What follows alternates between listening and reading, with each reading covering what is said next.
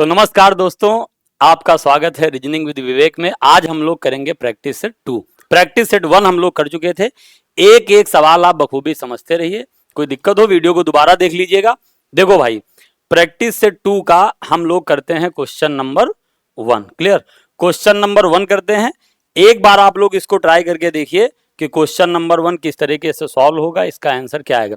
इसमें लिखा हुआ है कि फादर शब्द में कौन सा अक्षर उसी स्थान पर आएगा जिस स्थान पर वर्णमाला में है। बात को आप समझिए। एक आपको शब्द दिया गया है फादर, इसमें कौन सा अक्षर उसी स्थान पे आएगा जिस स्थान पे वह वर्णमाला में है। इसका मतलब यह होता है कि जैसे मान लो इंग्लिश अल्फाबेट में ए आता है पहले नंबर पे, बी आता है दूसरे नंबर पे, समझ रहे हो, सी आता है तीसरे नंबर पे, तो यहां पे बोला जा रहा है कि वह कौन सा लेटर है। आपको एक बात हम बता दें कि वह कौन सा लेटर है जो उसी स्थान पे आता है जिस स्थान पे अंग्रेजी वर्णमाला में है। अब जैसे पहला लेटर यहां पे देखो, पहला लेटर क्या दिया है, एफ। तो एफ तो अंग्रेजी वर्णमाला में छठे नंबर पे आता है, लेकिन यहां पे एफ बताओ कौन से नंबर पे दिया है, पहले नंबर पे। इसका मतलब ये तो गलत। देखो, लगाने के एक तरीका बताएं आपको। लगाने का तरीका यह है कि शुरुआत में आप ABCD पढ़ते रहिए, जहां पे आप स्टार्टिंग से ABCD पढ़ते रहिए और जहां पे आपको सही वाला लेटर मिल जाए बस उसको टिक कर देना। जैसे हमने कहा ए पढ़ा, यहां ए होना चाहिए था, लेकिन यहां क्या है, एफ है। हमने कहा ABCDE, यानी अंग्रेजी वर्णमाला में भी 5वें नंबर पे ई होता है और फादर में भी 5वें नंबर पे क्या है, ई है। इसका मतलब यह है कि इसका सही जवाब बताओ क्या होगा, सही जवाब होगा ई। बोलो, बात समझ में आ गई नहीं आ गई?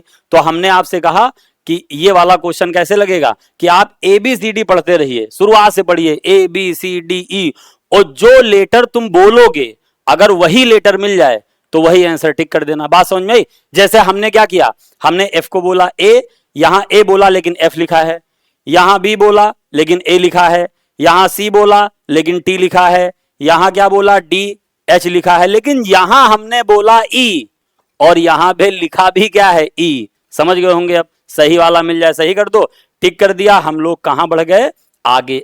बहुत बढ़िया भाई। अगला क्वेश्चन किसका है? अगला क्वेश्चन है नंबर सीरीज का। यहां पे आपसे बोला गया है 11, 12, 11, 12, 36, 41 क्वेश्चन मार्क और 296। बड़ा बढ़िया सा क्वेश्चन है। एक बार आप लोग इसको सॉल्व करके देखो, एक बार सॉल्व करके देखो कि इसका आंसर क्या आना चाहिए। हम तब तक सीरीज यहां पे, जहां बड़ा छोटा लिखा PPT में, तो सीरीज हम यहां पे लिख रहे हैं 11, 12, कॉमा यहां पे लिखा है 36, कॉमा लिखा है 41 और उसके बाद क्या लिखा है, क्वेश्चन मार्क। बोलो, बात समझ में? अब हमसे बोला जा रहा, बताओ भाई यहां पे क्या आना चाहिए। उम्मीद है कि इतनी देर में आप लोग क्या कर चुके होंगे, आप लोग एक बार सॉल्व कर चुके होंगे। अब हम लोग क्या करते हैं, देखते हैं इसका सॉल्यूशन। देखो, वैसे तो क्या होता है कि जब कोई सीरीज हम लगाते हैं तो पहले अंतर निकाल के देखते हैं, डिफरेंस, फिर अल्टरनेट, फिर क्रॉस प्लस माइनस। क्लास में इसको बड़े विधिवत पढ़ाते हैं, लेकिन अब क्या है कि यहाँ केवल इसका सोल्यूशन आप लोग देखो बस। हमने कहा कि सर 11 से आया है 12। जब 11 से 12 आया है तो आप सब लोग बोलोगे कि सर +1 कर दिया गया। इसका लॉजिक क्या है आप समझिएगा। यहां पे हमने किया है +1, फिर इसके बाद 12 से बना है 36, यानी कि मल्टीप्लाई बाई 3। उसके बाद क्या है, उसके बाद 36 से बना है 41। अगर इसका हम डिफरेंस देखें कि 36 से 41 कैसे बना, तो आप कहोगे सर प्लस किया गया है कितना, 5। एक आपको चेन दिखाई दे रही, बोलो भाई, एक चेन दिखाई दे रही ना। यहां पे आया 1, यहां पे आया 3, यहां पे आया 5, यानी अल्टरनेट नंबर चल रहे हैं 1, 3, 5। मगर इनके बीच में रिलेशन क्या है, इनके बीच में रिलेशन है कि एक बार प्लस करना है, एक बार मल्टीप्लाई करना है, फिर एक बार प्लस करना है, यानी जो अगला नंबर आएगा, आप बताओ हमको अगला नंबर किसका आएगा, मल्टीप्लाई का आएगा। लेकिन 1 आया, फिर 3 आया, फिर 5 आया, 1, 3, 5। अब की बार किसका नंबर है, सब लोग समझ रहे होंगे, 7 का नंबर है बिल्कुल। तो अगर हम 41 को 7 से मल्टीप्लाई कर दें तो 7 1 जा 7 और 7 चौक 28, यानी 7 4 जा 28, यानी जो इसका आंसर आएगा वो अगला नंबर बताओ क्या होगा, अगला नंबर होगा 287। उम्मीद है कि आप लोग बखूबी आंसर समझ चुके होंगे। बहुत बढ़िया। देखो वीडियो को कमेंट करते रहो, इसको अपने दोस्तों को शेयर करते रहो और सेशन को लाइक भी करते रहो। ये काम तुम लोग करते नहीं हो लेकिन करिए इसको। बहुत बढ़िया, समझ गए होंगे आप। अब हम लोग बात करते हैं कहां पे, अब हम लोग आ जाते हैं क्वेश्चन नंबर तीसरा पे। नॉन वर्बल रीजनिंग का बड़ा प्यारा क्वेश्चन है, नॉन वर्बल रीजनिंग का। यहां पे आपसे क्या बोला जा रहा है, निम्नलिखित आकृति में कितने त्रिभुज हैं, how many triangles are there in the following figure. अब आपको क्या करना है, ये वाला बड़ा सिंपल क्वेश्चन है, सबको मालूम होगा। देखो जिन लोगों को नहीं मालूम वो लोग इस सवाल का जवाब समझे क्या है। अगर मान लो सेम बेस पे कई सारे ट्रायंगल बने हो, देखो यहां पे क्या है, ये वाला एक ही बेस है, एक बेस पे अगर कई सारे त्रिभुज बना दिए जाएं और आपसे बोला जाए बताओ यहां टोटल, तो अगर मैनुअल आप काउंट करोगे पता चला सर 1 2 3, फिर ऐसे काउंट करोगे बड़ा समय लग जाए। और देखो ऑप्शन इसके कितने हैं, 23 21, यानी छोटा मोटा नंबर तो नहीं। तो आप इसको डायरेक्ट कैसे काउंट करोगे बताओ।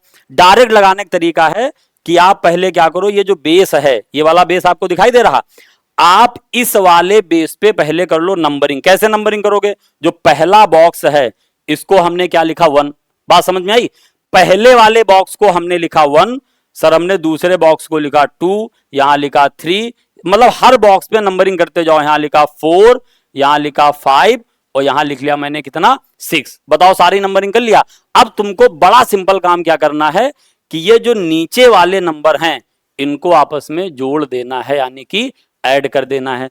अब जोड़ दो तो 6 5 11 4 15 3 18 2 20 1 21। इसका सही जवाब कितना आया, 21। लेकिन एक बात और बताएं हम आपको, जोड़ने के दो तरीके हैं।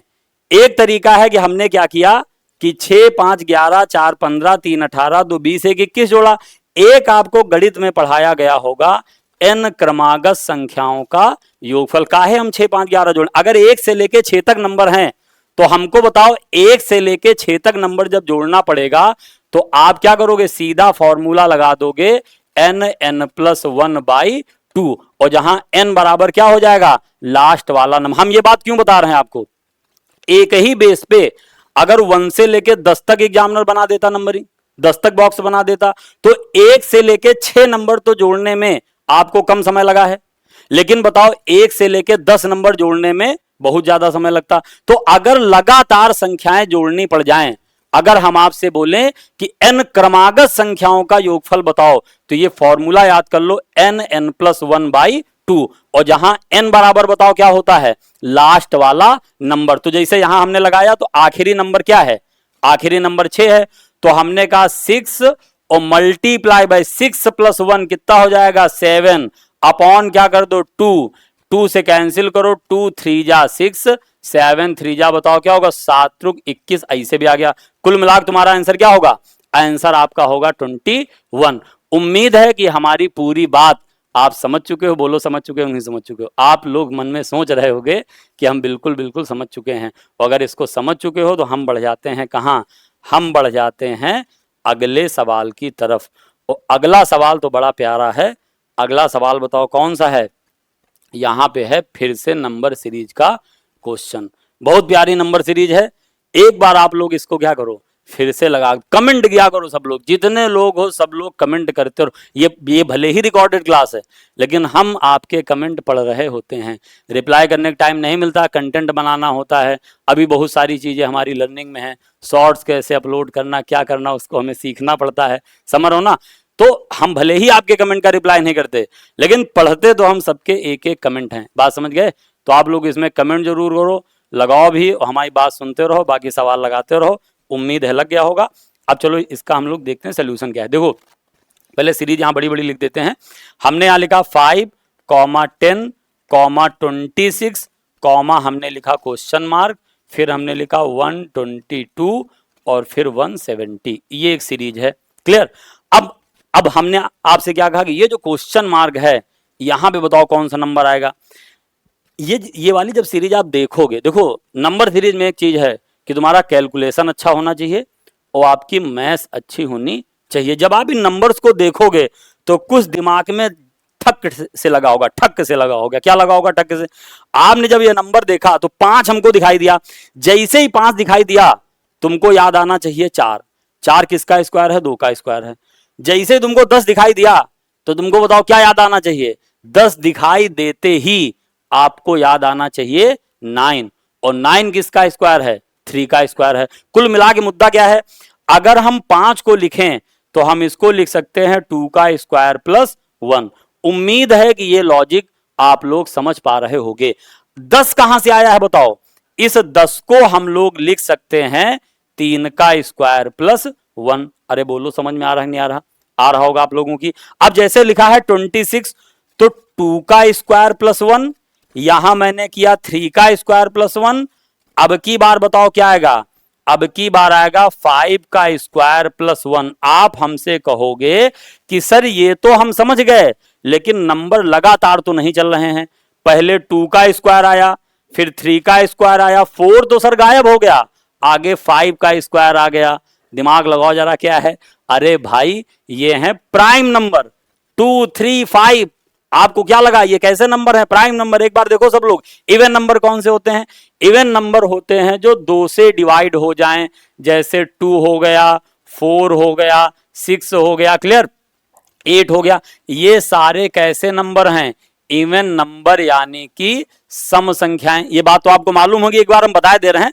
उसके बाद ऑड नंबर कौन से होते हैं? ऑड नंबर वह नंबर होते हैं जो 2 से डिवाइड ना हो, क्लियर। जैसे यहां पे हमने कहा 1, 3, 5, 7, 9। ये कैसे संख्या हैं? ये हैं विषम संख्याएं। यह बताओ कैसी संख्याएं हैं? तो ये हैं विषम संख्याएं।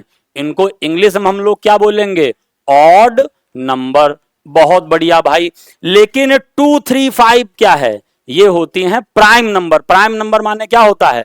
प्राइम नंबर माने होता है अभाज्य संख्याएं। तो ये प्राइम, अच्छा प्राइम नंबर किसे कहते हैं? प्राइम नंबर वह नंबर होता है जो केवल, पहली बात तो अपने आप से डिवाइड हो, यानी जिसके फैक्टर ना हो, और वह 1 से बड़ी होनी चाहिए। कभी कभी पूछा जाता था पहले, अब तो नहीं आता सवाल, पहले पूछा जाता था सबसे छोटा प्राइम नंबर क्या है? तो सबसे छोटा प्राइम नंबर क्या है? 2। और 2 मात्र एक ऐसा प्राइम नंबर है जो क्या होता है? इवन होता है। तो भाई प्राइम नंबर क्या है? 2, 3, 5, 7। अब की बार 9 नहीं आएगा प्राइम नंबर में, अब की बार क्या आएगा? 11। क्यों? क्योंकि प्राइम नंबर किसी दूसरे नंबर से कभी भी डिवाइड नहीं होता है। तो उम्मीद है कि आप लोग समझ चुके होंगे कि यह सीरीज कैसी है? प्राइम नंबर का स्क्वायर प्लस का 1। बोलो समझ में आ रहा? यह सीरीज बताओ कैसी है? प्राइम नंबर का स्क्वायर प्लस का 1, यानी 2 का स्क्वायर प्लस 1, 3 का स्क्वायर प्लस 1, 5 का स्क्वायर प्लस 1। 5 के बाद बताओ किसका आएगा? 7 का स्क्वायर प्लस 1। 7 का स्क्वायर 7 7 49, और प्लस 1 कितना हो जाएगा? 50। यानी यहां कौन सा नंबर आना चाहिए था? 50। अच्छा 7 के बाद क्या आएगा? 7 के बाद बताओ अगला प्राइम नंबर कौन सा? 11। तो 11 का स्क्वायर प्लस 1, 121 प्लस 1, यानी बताओ 122 लिखा है कि नहीं लिखा है? अरे बोलो समझ में आ रहा है नहीं आ रहा? आप लोग कहोगे सर हम बहुत बढ़िया समझ रहे हैं। हमें उम्मीद है कि तुम यही कह रहे होगे, बाकी तुम कहो चाहे जो, बहुत बढ़िया सवाल आया है। ये वाला क्वेश्चन कैसा है? ये क्वेश्चन है कि बोला जा रहा है कि निम्नलिखित में से कौन सा विकल्प नीचे दिए गए शब्दों का सार्थक क्रम होगा। देखो ऐसे सवालों में एग्जामिनर क्या करता है बताओ? ऐसे सवालों में कई सारे आपको चीजें दी गई, डॉक्टर लिखा है, बुखार लिखा है, नुक्खा लिखना, निदान और दवा। अब आपको क्या करना है कि एक इनको अरेंजमेंट में सेट करना है। एक इनका अरेंजमेंट कि सबसे पहले कौन सी घटना घटेगी, उसके बाद कौन सी घटना घटेगी, उसके बाद कौन सी घटना घटेगी। तुम लोग बताओ। जैसे मान लो, हालांकि हमारी शुभकामनाएं हैं कि आप लोग बहुत ज्यादा स्वस्थ रहो, लेकिन अगर तुमको फीवर आता है तो सबसे पहले मान लो क्या आया? सबसे पहले आया बुखार। अब बुखार का मतलब पहले नंबर में क्या होना चाहिए? 2। अच्छा देखो एग्जामिनर बड़ा चालाक है, इनमें सब में 2-2 लिखा हुआ है। अगर आप दिमाग लगाओगे तो ऑप्शन एलिमिनेट नहीं कर पाओगे। तो सबसे पहले आएगा बुखार, यानी यहां क्या आया? नंबर 1 पे आया है फीवर। बढ़िया। अच्छा बुखार आता तुम लोग क्या करते हो? बुखार आता है तो कहां जाते हो बताओ? बुखार आता है तो घर में पैरासीटामोल नहीं खाना चाहिए अपनी तरफ से, सबसे पहले जाना चाहिए डॉक्टर के पास। तो बुखार आया 1 नंबर पे, 2 नंबर पे सॉरी। फिर यहां भी तुमको क्या करना? डॉक्टर के पास, यानी 2 के बाद क्या आना चाहिए? ये 2 नंबर पे आना चाहिए डॉक्टर। तो 1 नंबर पे देखो लगाने के 2 तरीके हैं, आप पूरा अरेंजमेंट करके ऑप्शन टिक करिए, या फिर आप पता क्या करिए, आप एक एक क्रम चेक करते रहिए और गलत ऑप्शन को इलिमिनेट करते रहिए। देखो अच्छा तरीका क्या है, पेपर में हमको बचाना है समय, और समय बचाने के लिए हमको क्या करना पड़ेगा, ऑप्शन एलिमिनेट। पहले 1 नंबर पे फीवर आया, 2 नंबर पे डॉक्टर पास गए, यानी पहले नंबर पे 2 आएगा, फिर क्या आएगा 1। अब हमने देखा यहां 2 1 तो दिया है, लेकिन ऑप्शन नंबर बी में 2 1 नहीं दिया है, ऑप्शन नंबर सी में भी 2 1 नहीं दिया है। तो हमने क्या किया, ये ऑप्शन हमने एलिमिनेट कर दिया। अब मेरे पास क्या बचा, पहला ए वाला और डी वाला। अच्छा बताओ 2 1 तो सेम है, अब 3 होगा कि 4 होगा।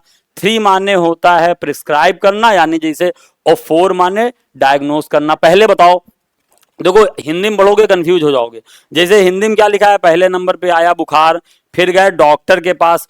अब डॉक्टर क्या करेगा, उसका 4 नंबर पे यहां निदान लिखा है, इसको इंग्लिश में पढ़ोगे डायग्नोस करेगा। डॉक्टर क्या करेगा, डायग्नोस का मतलब क्या है, बीमारी का पता लगाना। तो अगले स्टेप में क्या आना चाहिए, 2 1 के बाद आना चाहिए 4। इसका सही ऑप्शन क्या होगा, डी वाला। एक बार हम पूरा आपको एक्सप्लेन कर रहे हैं। देखो 2 नंबर पहले लिखा, यानी आया फीवर यानी बुखार। 1 नंबर पे क्या दिया है, डॉक्टर के पास गए। 4 नंबर पे क्या दिया है, डॉक्टर ने डायग्नोस किया, यानी बीमारी का पता किया। 3 नंबर में क्या है, प्रिस्क्राइब, यानी डॉक्टर ने पर्चा लिखा। प्रिस्क्राइब माने देखो यहां क्या लिखा, नुस्खा लिखना, बात समझ में, पर्चा लिखना। और पर्चा लिखने के बाद अगले नंबर में तुम क्या करोगे, 5 नंबर पे दवा यानी मेडिसिन खाओगे। तो कुल मिला के जो इसका सही क्रम था वो क्या था, सबसे पहले फीवर आएगा, उसके बाद 1 नंबर पे हम डॉक्टर के पास जाएंगे, 4 नंबर पे क्या होगा, डॉक्टर बीमारी को डायग्नोस करेगा, 3rd नंबर पे क्या होगा, प्रिस्क्राइब करेगा यानी दवा लिखेगा, और 5th नंबर पे क्या होगा, मेडिसिन हम खाएंगे और ठीक हो जाएंगे। अगर आप ठीक हो चुके हो तो आप आ जाओ अगले सवाल की तरफ। बात समझ में आई है। अब आप कहां पे आ जाओ, अगले सवाल की तरफ। बहुत बढ़िया, मैथमेटिकल रीजनिंग का सवाल है ये। सवाल वैसे गणित में भी है, तुमको पढ़ाया जाएगा। ये सवाल कैसा है, ये क्वेश्चन है गणितीय तर्क शक्ति यानी मैथमेटिकल रीजनिंग का। बोलो बात समझ में।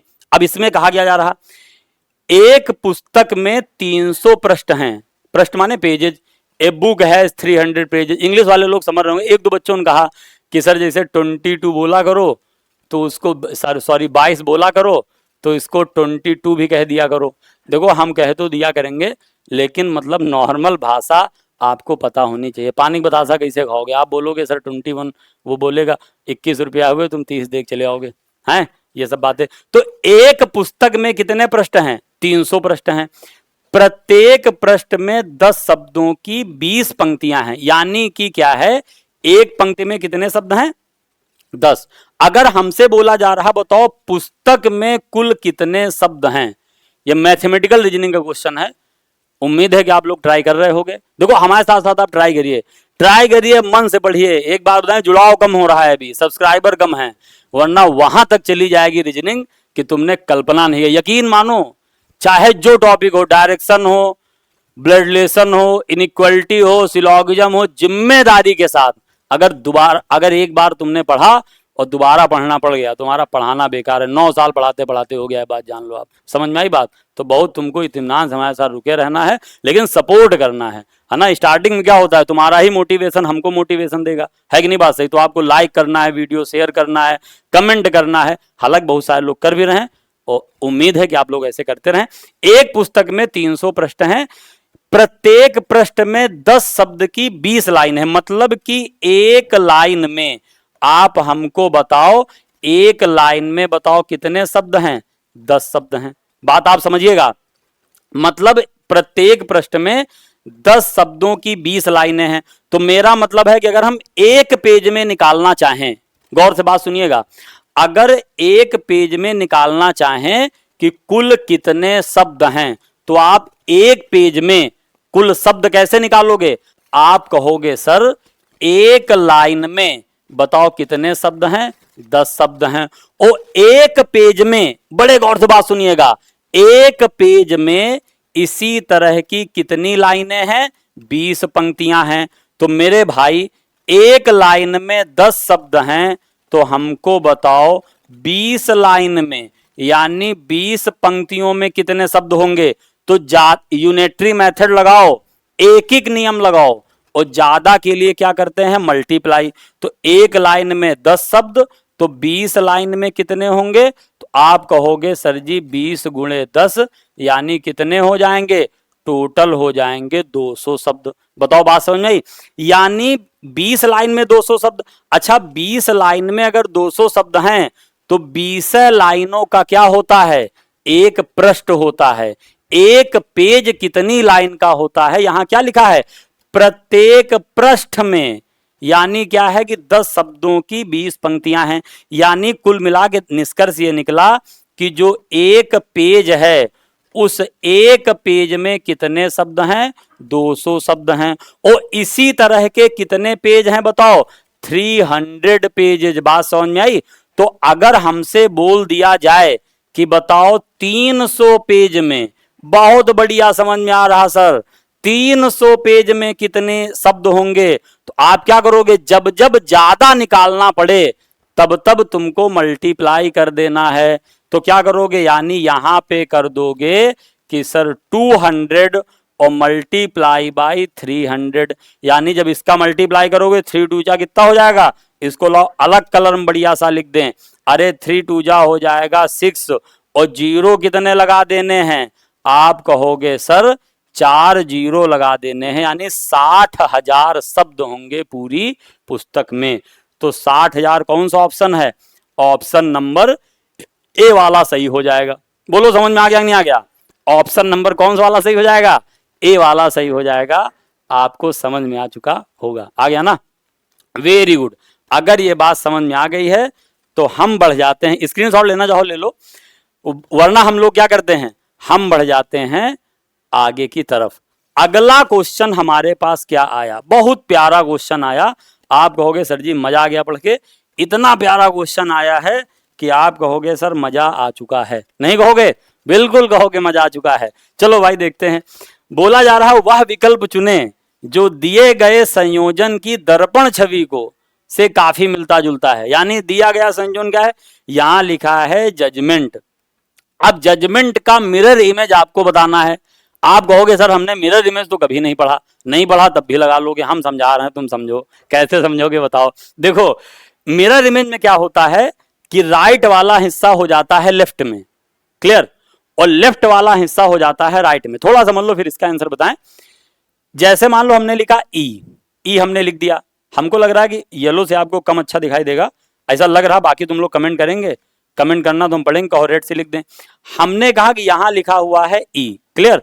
अब जैसे ई के सामने हम मिरर, ये सिंबल किसका होता है, ये सिंबल होता है मिरर का। अगर मिरर लगा दें तो मिरर इमेज की सबसे बड़ी पहचान क्या है कि राइट वाला हिस्सा हो जाएगा लेफ्ट में और लेफ्ट वाला हिस्सा हो जाएगा सर कहां पे, राइट में। Very good. तो आप क्या करोगे कि यह ई बताओ कैसे हो जाएगा, यह ई ऐसे हो जाएगा। मतलब तुम एक बात देखो, इसका जवाब हम आपको बताएं उसके पहले आप ये बात याद रखिए कि मिरर इमेज में राइट वाला हिस्सा लेफ्ट में और लेफ्ट वाला हिस्सा राइट में हो जाता है। बहुत बढ़िया। अगर ये हो जाता है तो आप हमको बताओ जजमेंट। अब देखो यहां पूरा सिस्टम भी बदलेगा।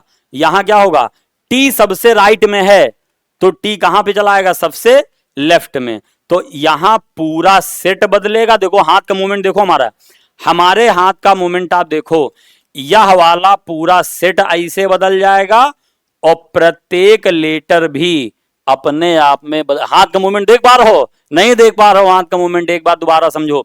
यह पूरा सेट ऐसे बदल जाएगा और प्रत्येक लेटर भी ऐसे ऐसे क्या होगा, बदल जाएगा। यानी कैसे बदलेगा, राइट वाला हिस्सा लेफ्ट में और लेफ्ट वाला हिस्सा होगा राइट में। Very good. तो अब बताओ सबसे राइट में टी है तो लेफ्ट में टी आएगा।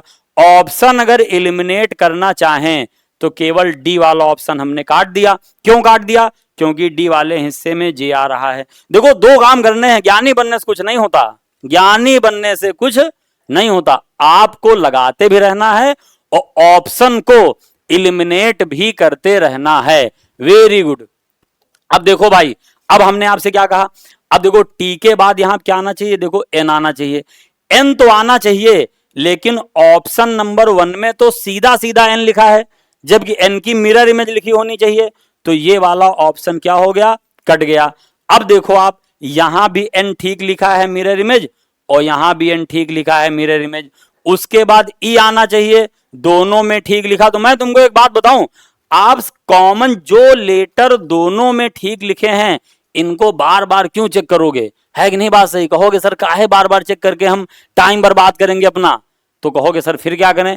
अरे भाई आप ये काम करिए कि डिफरेंट वाला, एन दोनों में सेम है आगे बढ़ जाओ, ई दोनों में सेम है आगे बढ़ जाओ, एम दोनों में सेम है आगे बढ़ जाओ, ई भी सेम है, जी में मामला फंस गया, ये जी लिखा है सीधा, जबकि जी का क्या होना चाहिए, मिरर इमेज लिखा होना चाहिए। और मिरर इमेज में क्या होता है कि राइट वाला हिस्सा लेफ्ट में, लेफ्ट वाला हिस्सा राइट में, तो यहां तो जी सीधा सीधा लिखा था, इस वजह से ये गलत हो जाएगा।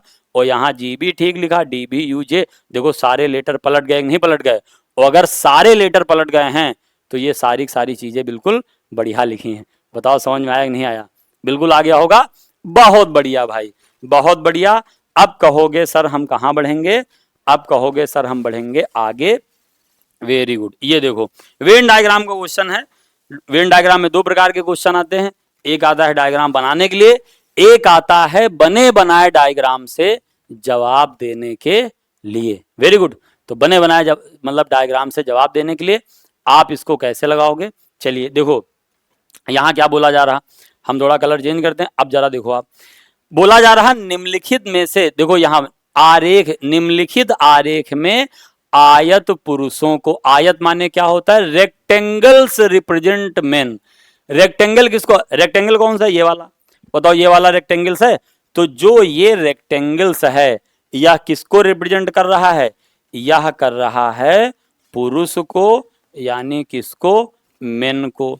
बात समझ में आई? हम इसमें लिखे ले रहे हैं आयत किसको रिप्रेजेंट करता है, पुरुषों को। त्रिभुज शिक्षित को दर्शाता है, ट्रायंगल रिप्रेजेंट एजुकेटेड। इसका मतलब क्या है, त्रिभुज किसको दर्शाता है, ये जो देखो इसका मतलब पता क्या होता है, ये जो त्रिभुज के अंदर जितने भी लोग हैं यह सारे के सारे लोग शिक्षित हैं, यानी कि एजुकेटेड है। मतलब ट्रायंगल के अंदर कौन, 5 11 4, ये जो भी नंबर आपको ट्रायंगल के अंदर दिखाई दे रहे हैं ये सारे के सारे नंबर कौन से लोगों को रिप्रेजेंट करेंगे, अरे यह उन लोगों को दर्शाएंगे जो शिक्षित होंगे। कहोगे सर बहुत बढ़िया समझ में आ गया, अगर बहुत बढ़िया समझ में आ गया तो हमसे बोला गया आगे, क्या बोला गया, वृत्त यानी सर्किल, वृत्त शहरी को दर्शाता है, सर्किल रिप्रेजेंट्स अर्बन। वृत्त किसको दर्शाता है, शहरी को, यानी जो सर्किल वाले लोग हैं यह कौन से लोग हैं, शहरी हैं, यानी यह अर्बन लोग हैं। Very good. इसके बाद क्या बोला गया, इसके बाद बोला गया हमसे और वर्ग सरकारी कर्मचारियों को, यानी जो स्क्वायर है, स्क्वायर देखो यहां लिखा है स्क्वायर रिप्रेजेंट्स गवर्नमेंट एम्प्लॉय, यानी जो वर्ग है स्क्वायर किसको दर्शा रहा है, जो तुम लोग होने वाले हो। आप लोग क्या होने वाले हो, अरे भाई कहोगे सरकारी कर्मचारी होने वाले हैं सर, और जब सरकारी कर्मचारी वाले हो तो तुम बस आपको कहां बैठना है, स्क्वायर के अंदर आपको बैठना है। बात जान लो, स्क्वायर किसको दर्शाता है, सरकारी कर्मचारी को दर्शाता है। अब हमसे सवाल क्या बोला जा रहा है कि निम्नलिखित में से कौन सा एक ऐसे पुरुष का प्रतिनिधित्व करता है जो शहरी होने के साथ साथ सरकारी कर्मचारी भी है। बड़े गौर से मेरी बात को आप सुनिए, सुनिए सर बड़े गौर से। पहली बात तो क्या है, निम्नलिखित में से कौन एक ऐसे पुरुष का, पहली बात तो वो नंबर क्या होना चाहिए, वो नंबर होना चाहिए पुरुष में, और पुरुष किसको रिप्रेजेंट करेगा, रेक्टेंगल को। यानी जो हमें आंसर बताना है, जो हमें आंसर बताना है वह पहली बात तो कहां होना चाहिए, पुरुषों का प्रतिनिधित्व करता है, इसका मतलब रेक्टेंगल के अंदर होना चाहिए, आयत के अंदर होना चाहिए। और केवल आयत के अंदर से काम नहीं चलेगा, पुरुषों का प्रतिनिधित्व करता है जो शहरी होने के साथ साथ सरकारी कर्मचारी भी हो, यानी आयत के अंदर भी होना चाहिए और शहरी हो, शहरी माने क्या है, सर्किल के अंदर भी होना चाहिए। अब तुमको कौन, देखो बात सुनते जाओ और आंसर अपना पता करते रहना। कैसे पता करो, कहोगे सर आयत के अंदर होना चाहिए यानी रेक्टेंगल के अंदर होना चाहिए, वो शहरी भी हो यानी सर्किल के अंदर भी हो, और साथ साथ कर्मचारी भी हो यानी स्क्वायर के अंदर भी हो। ऐसा नंबर बताओ जो कि कहां पे होना चाहिए। पहली बात तो पुरुष होना चाहिए, पुरुष होने का मतलब फिर से तुमको बता रहे हैं, पुरुष होने का मतलब रेक्टेंगल के अंदर भी हो और सर्किल के अंदर भी हो और स्क्वायर के अंदर भी हो। कमेंट करो आप लोग कौन सा नंबर होगा। ऐसा नंबर, एक इमेज आपके सामने दी गई है और यहां पे ऐसा नंबर बताना है जो इस आयत यानी रेक्टेंगल के अंदर भी हो, इस सर्किल यानी वृत्त के अंदर भी हो और इस स्क्वायर यानी वर्ग के अंदर भी हो। तो ये नंबर, ये देखो 6 दिख गया कि नहीं दिख गया, ये बताओ। आयत के अंदर भी है, सर्किल के अंदर भी है, वर्ग के अंदर। और कोई नंबर देखो, कहोगे गुरुजी 10, 10 क्या है, 10 आयत के अंदर नहीं है, तो यहां पे नंबर कौन सा आएगा, 6। ऑप्शन आप क्या टिक कर दोगे, 6 वाला टिक कर दोगे। उम्मीद करते हैं कि यह सवाल बहुत कायदे से आपकी समझ में आ गया। देखो पेपर का टाइम कम है, हम चाह रहे हैं, देखो हम केवल आंसर बताना नहीं चाहते हैं, हम जब आपको कोई क्वेश्चन करा रहे होते हैं तो हम चाहते हैं जो समझदार स्टूडेंट हो, और आप सब लोग समझदार हो, वो क्या करें, हम ऐसा कुछ बता दें कि अगर वो घर पे कोई और भी क्वेश्चन लगाए इस तरीके का तो बात को समझ जाए। उम्मीद करते हैं समझ में आया। कहोगे सर बहुत अच्छा समझ में आया।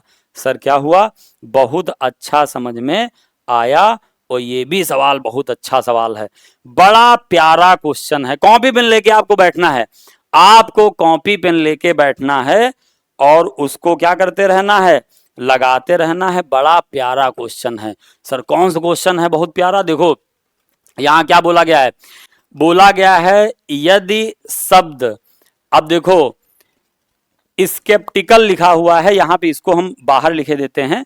यहां पे हमने लिखा एस, उसके बाद लिखा के, उसके बाद लिखा ई, उसके बाद हमने लिखा पी, फिर हमने लिखा टी और फिर लिखा आई और फिर सी ए एल। गौर करिएगा, बोला गया है मैं तीसरे, पांचवें और नवें अक्षर को, यानी थर्ड, फिफ्थ और नाइन्थ, सुने अंग्रेजी मीडियम वाले, तीसरे, पांचवें और नवे। देखो हम ज्यादातर हिंदी में इसलिए इसमें पढ़ा रहे हैं कि मतलब अभी हमने चूंकि मतलब नया चैनल है, यूपीपी को हमने टारगेट किया है, तो यूपीपी को जब हमने टारगेट किया है, तो यूपीपी को जब हमने टारगेट किया है,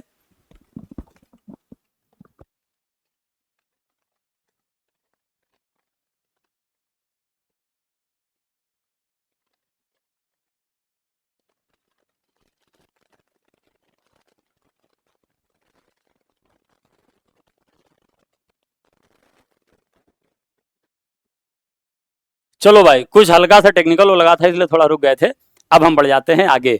वेरी गुड, अब हम बढ़ जाते हैं कहां पे, आगे। हम आपसे क्या बता रहे थे कि इस शब्द के तीसरे, पांचवें और नवें यानी थर्ड, फिफ्थ और नाइन्थ अक्षरों को अंग्रेजी वर्णमाला में यानी इंग्लिश अल्फाबेट के उल्टे अक्षरों में बदल दिया जाए। सवाल का मतलब समझो, ये जो स्केप्टिकल लिखा हुआ है इसके थर्ड, फोर्थ और नाइन्थ को अंग्रेजी वर्णमाला का उल्टा का मन है अपोजिट। जैसे आपने अपोजिट याद किया होगा, सी का एक्स होता है, बी का वाई होता है, डी का डब्ल्यू होता है, याद है नहीं याद है, अपोजिट में कर दिया जाए। फिर हमसे क्या बोला गया, और दूसरे, चौथे और सातवें अक्षरों को उनके दूसरे अगले अक्षरों में बदल दिया जाए तो नौगठित शब्द क्या होगा, then what will be the newly formed word. यानी ऐसा चेंज करने पर, बात समझिएगा, ऐसा चेंज करने पर जो न्यूली फॉर्म्ड वर्ड होगा, जो नया शब्द बनेगा वो क्या होगा। देखो लगाने का तरीका क्या है, एक एक बात एग्जामिनर की पकड़ो, ज्यादा बुद्धि लगाओगे तो टाइम बर्बाद कर दोगे। इसको देखो लगाना बड़ी बात नहीं होती, पेपर में आपकी अप्रोच क्या होनी चाहिए ये बड़ी बात है भाई। तो अप्रोच आपकी क्या होनी चाहिए, हम लोग क्या करते हैं आगे इसको देखो।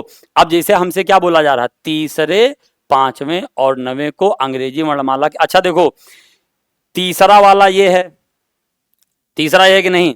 अब जैसे यहां पे यहां तीसरा लेटर क्या है, ई है, इसका मतलब क्या है, जब इसको हम अपोजिट करके लिखेंगे तो ई का अपोजिट क्या होता है, वी। यानी देखो सारा आंसर मत चेक करो, अगर सारा आंसर चेक करोगे समय बर्बाद होगा। हमने कहा कि सर जो हमारा सही जवाब होगा, सुनिएगा बात, जो हमारा सर सही जवाब होगा उस जवाब का जो तीसरा लेटर आएगा वह सर क्या आएगा, वी आएगा। अगर तीसरा वी आएगा तो यहां भी तीसरा वी है, यहां वी है, यहां वी है, एक ऑप्शन हमारा क्या हो गया, कट गया। सर बहुत बढ़िया, एक ऑप्शन हमारा क्या हो गया है, कट गया। अच्छा तीसरे के बाद कौन सा करना था, पांचवा, 3 के बाद 4 5, यानी जो फिफ्थ लेटर है इसका अपोजिट करोगे तो क्या आएगा, जी आएगा। यानी जो भी सही जवाब होगा, अब देखो दूसरा वाला ऑप्शन तो कट ही चुका है, इसको लगाने के बाद छोड़ो, अब जो सही ऑप्शन होगा उसका फिफ्थ लेटर जी बनना चाहिए। तो यहां तीसरा था, चौथा पांचवा यहां भी जी है, और देखो तीसरे के बाद चौथा पांचवा यहां क्या हो गया है, आर हो गया। एक बार आप देखो हमने यहां क्या निकाला कि जो 3 के बाद 4 5, जो पांचवा लेटर होगा आंसर का, जो ऑप्शन सही है उसका पांचवा लेटर जी होना चाहिए। और आप जरा सी वाले ऑप्शन में देखो, पांचवा लेटर आर है, ये भी गलत हो गया, पांचवा जी यहां भी है, ये भी सही हो गया, सही हो गया ना। अब तुमको पता क्या, देखो बुद्धिमानी क्या है, बुद्धिमानी यह है, अच्छा 9 लेटर, 9वां लेटर क्या है, 9 लेटर देखो 5 6 7 8 9, लास्ट वाला एल है, एल में सब में ओ दिया है कि नहीं दिया है। यानी अपोजिट वाली बात जब तुमने लिया, आपने क्या कहा सर कि जब हमने 3 5 और 9 को विपरीत करके देखा तो मेरे बी और सी ऑप्शन क्या हो चुके हैं, कट गए हैं। अब हमको केवल चेक करना है ए ऑप्शन और डी। इसके लिए क्या करोगे, दूसरे चौथे और सातवें को अक्षरों को दूसरे अगले, अच्छा देखो दूसरा क्या है, यहां पे एक बार गौर करके देखो दूसरा दोनों में सेम है, चौथा भी दोनों में क्या है, सेम है। तो तुमको क्या करना है, तुमको केवल इसका सातवां लेटर लेना है और ये देखना है कि सातवां लेटर कहां सही लिखा है। तो देखो यहां 3 के बाद 4 5 6 7, सातवां लेटर क्या है, लास्ट से तीसरे नंबर पे है, और सातवां लेटर हमारे पास क्या है, सी है।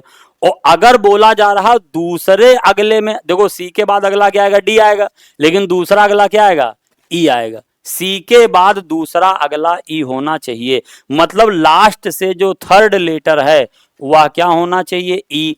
अब जरा डी ऑप्शन देखो, यहां आई लिखा है तो डी भी गलत कर दो, और यहां पे क्या लिखा है, यहां पे लिखा हुआ है आपका ई, ये वाला क्या हो जाएगा, सही हो जाएगा।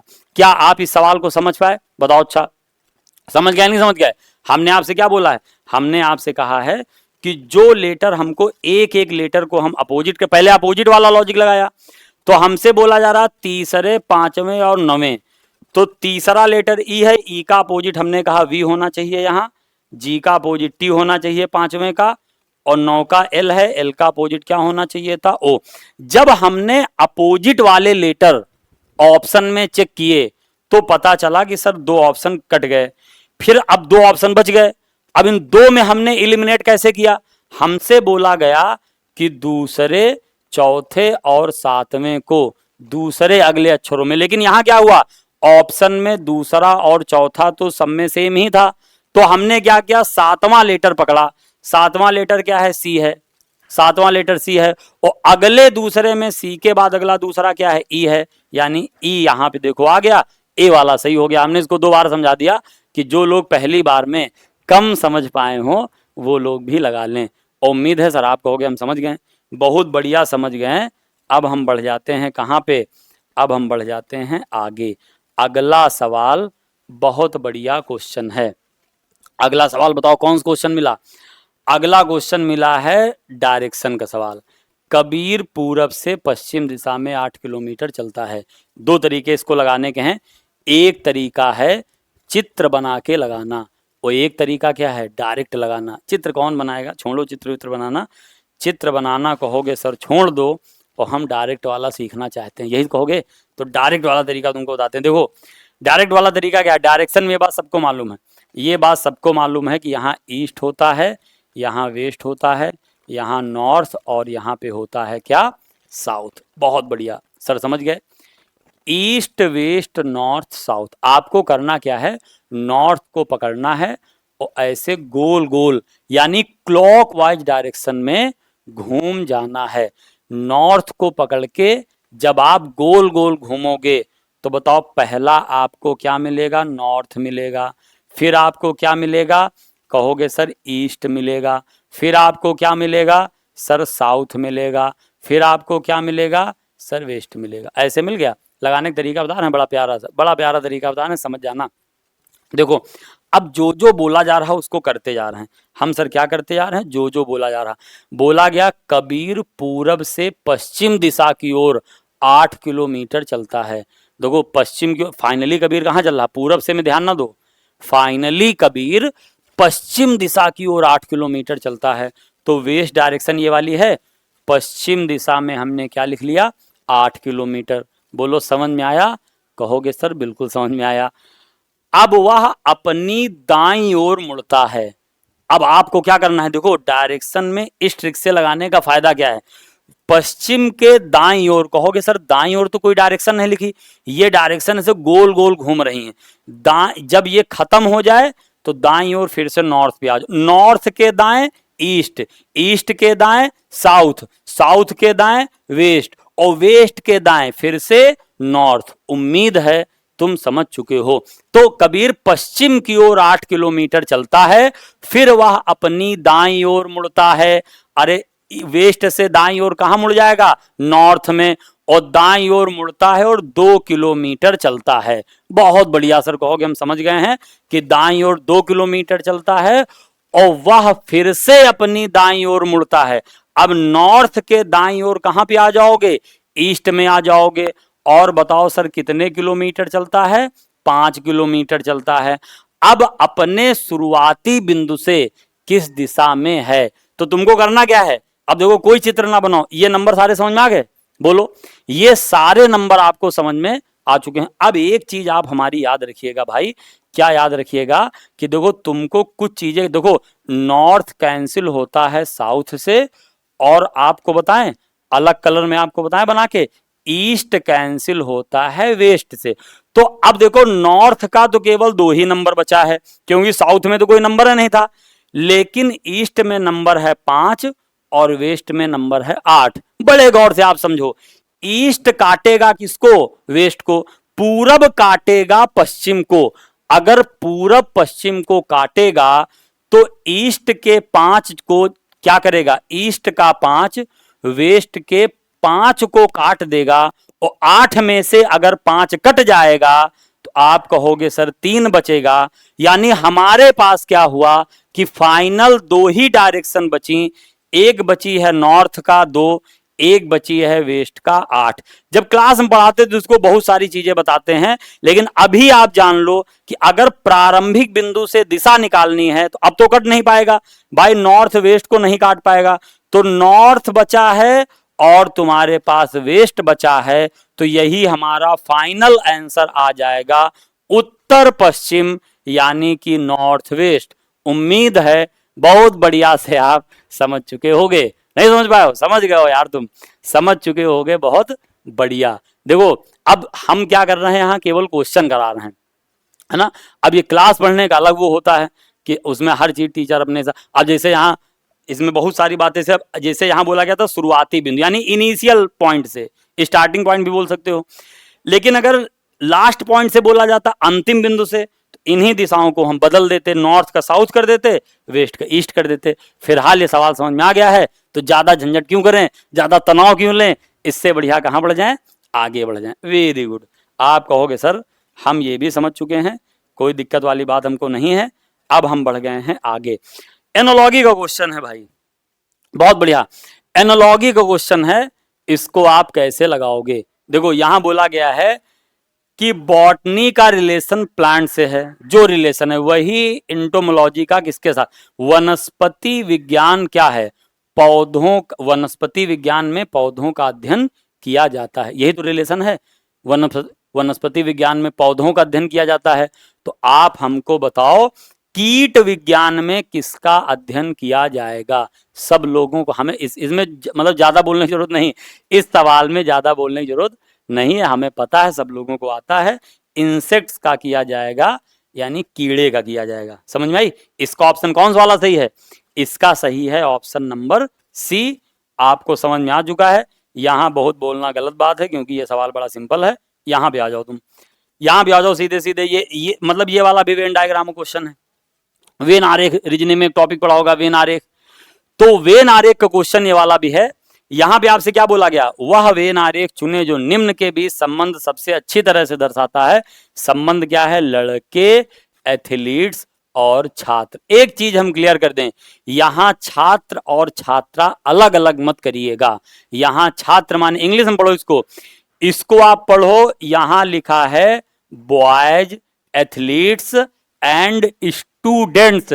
स्टूडेंट्स माने male student plus female student. मतलब ये बात इसलिए बता रहे हैं कि कोई लड़का सोचेगा कि सारे के सारे छात्र क्या हैं? लड़के हैं। हिंदी की मतलब इसके मतलब पे आप न जाइए। इसका आप क्या पढ़िए? अंग्रेजी वर्जन सवाल पढ़िए। हमको किनके किनके बीच में रिलेशन बताना है? बॉयज में, एथलीट्स में और किसमें? स्टूडेंट्स में। अब क्या रिलेशन होगा? देखो, कुछ बॉयज क्या हैं? एथलीट हैं। कुछ ये ऐसे बन जाएगा, ऐसे। इसका मतलब क्या है?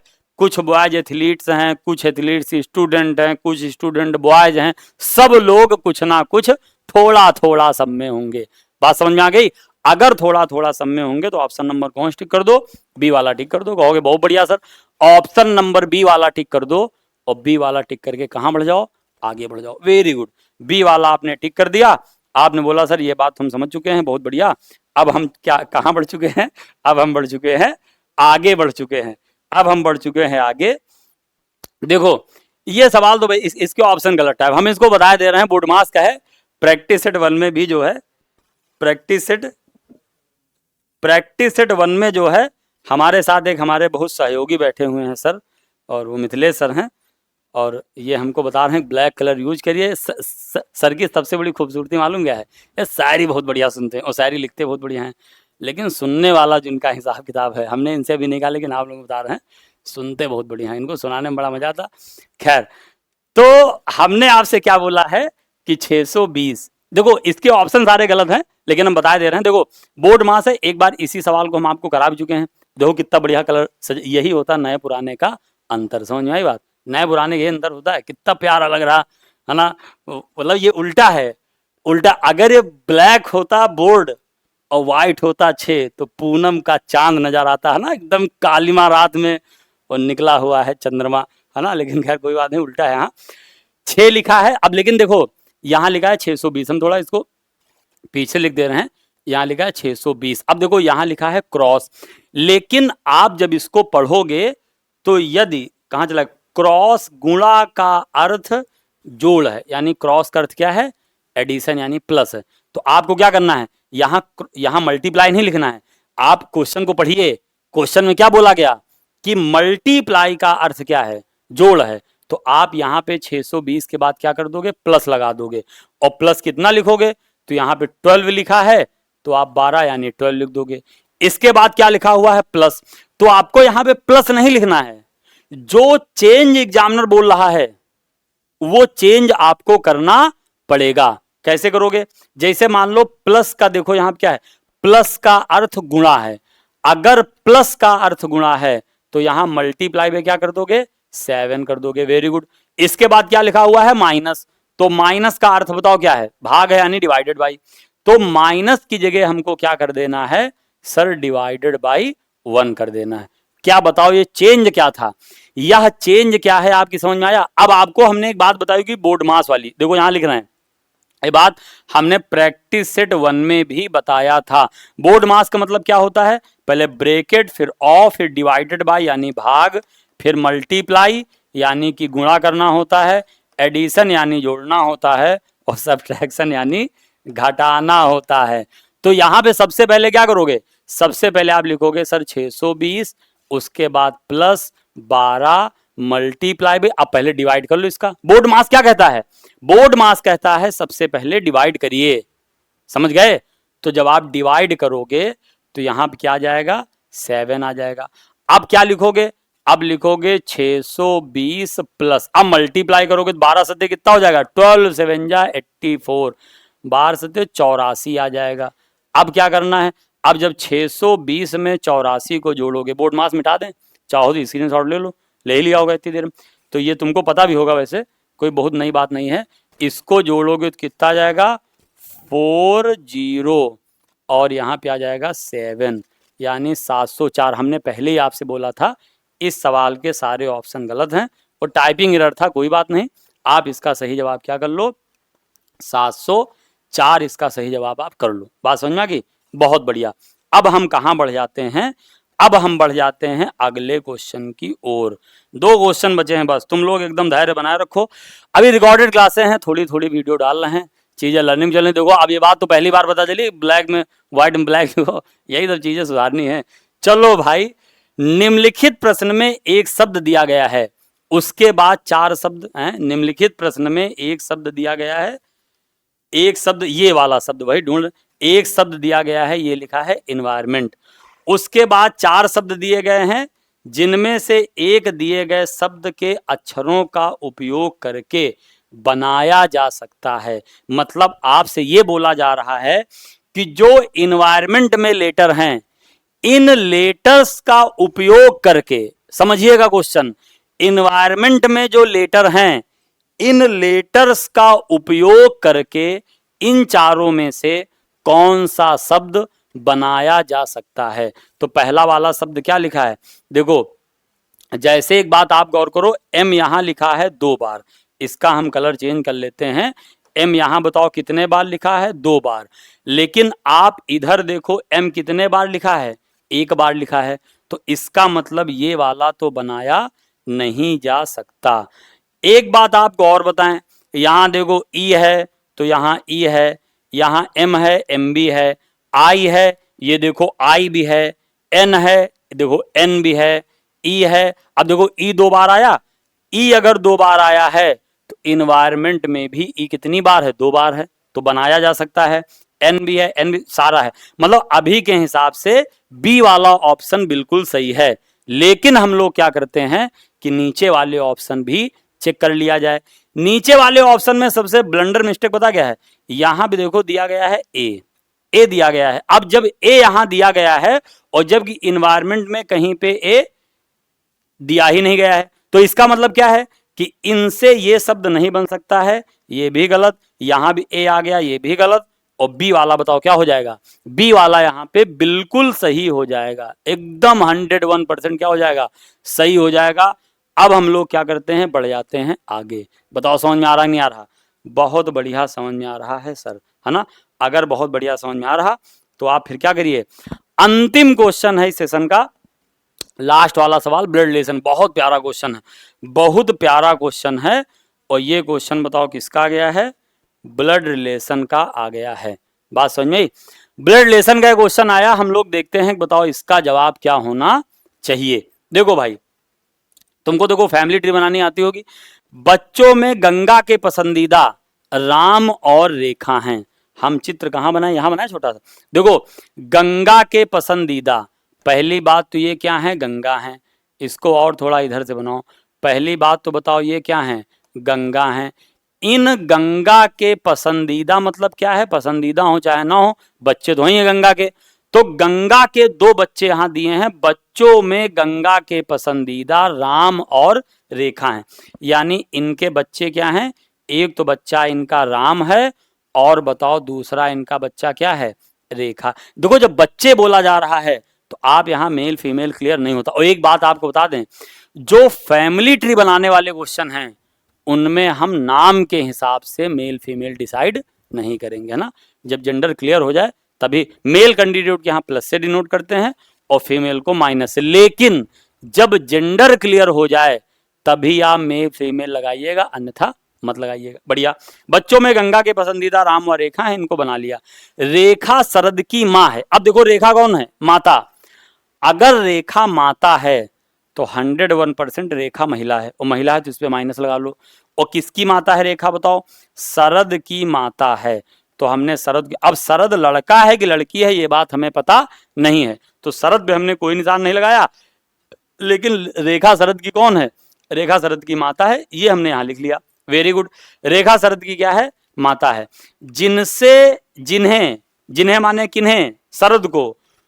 उनके मामा मिथुन सबसे ज्यादा प्यार करते हैं।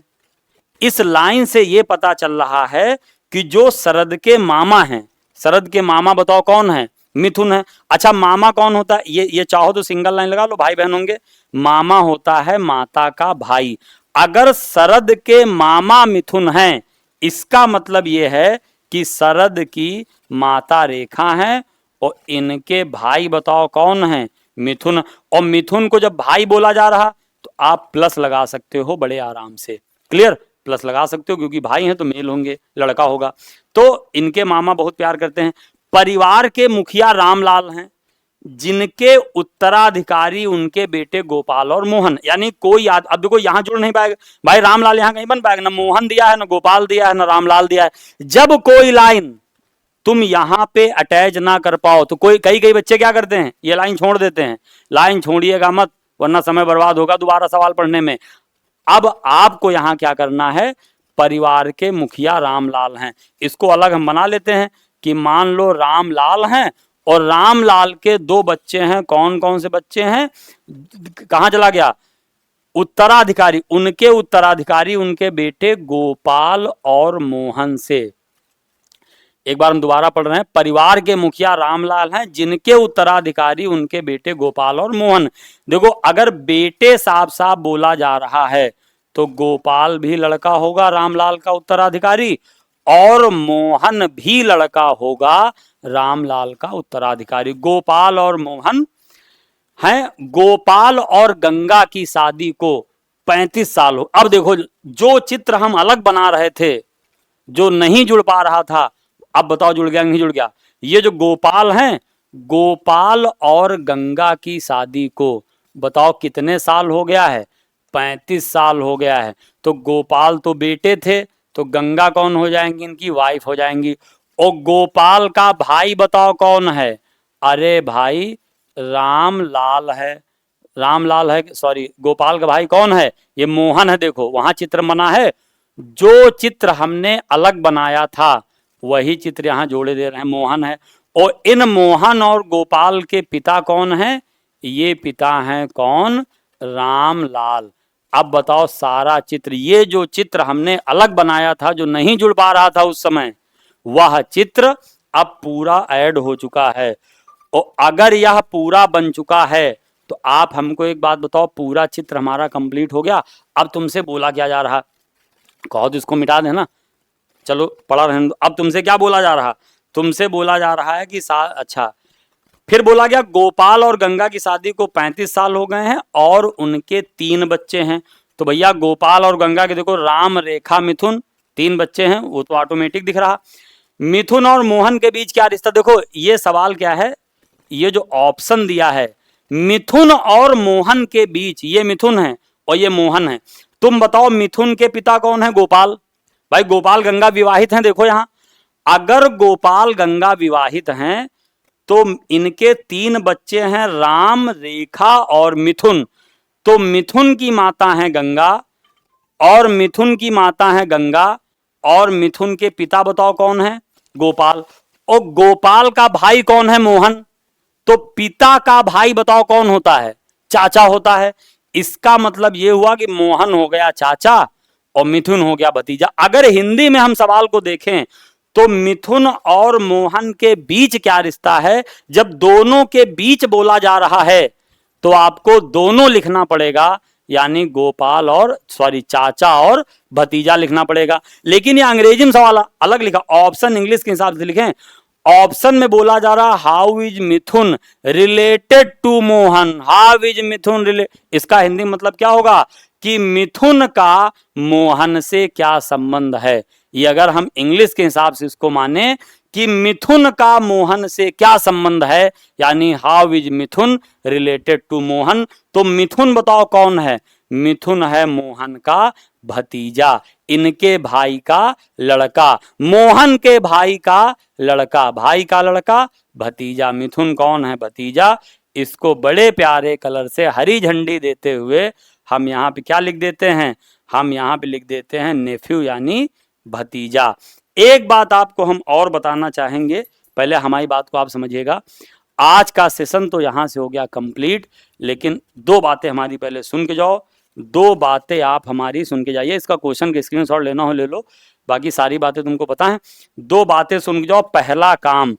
पहला काम यह है कि आप अपने दोस्तों को चैनल का नाम बताओ, क्या है चैनल का नाम है रीजनिंग विद क्या विवेक। बात समझ में आई, रीजनिंग विद विवेक। इसको तुम लोग अपने दोस्तों को जरूर सब्सक्राइब कराओ। बात समझ में आई, ज्यादा से ज्यादा लोगों को बताओ, लाइक कर दिया करो, कमेंट कर दिया करो। देखो स्टार्टिंग में तुम ही लोग अपने साथी हो, है कि नहीं बात सही।